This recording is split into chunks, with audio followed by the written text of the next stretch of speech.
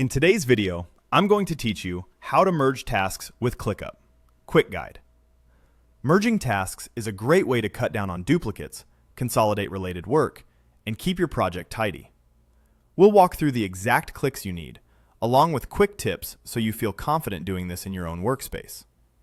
Start by opening ClickUp in your browser. Once you're in, head to your list view and open all tasks within the workspace you're working from. The list view gives you a clean, scannable overview of everything, which makes it easy to spot duplicates or overlapping tasks before you merge. Next, select the task you want to start from. Here we'll call it Task 1. Open it to see the full details: description, assignees, due dates, comments, and attachments. This quick review helps you confirm that it truly overlaps with another task and clarifies which item should become the main destination after the merge. Inside the task window, locate the Task Settings menu. Depending on your layout, this may appear as a gear icon or a three-dot menu.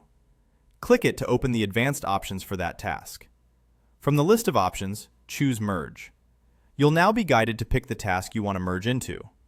A quick tip: if you're unsure what data will carry over, read the on-screen note. ClickUp typically indicates how comments, attachments, and fields are handled during a merge. Click Browse Tasks to search for or navigate to the task you want to merge into.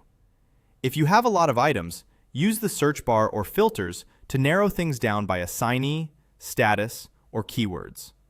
In this example, navigate into the relevant project or list, let's say Project 2, so you're looking at the exact set of tasks where your destination lives.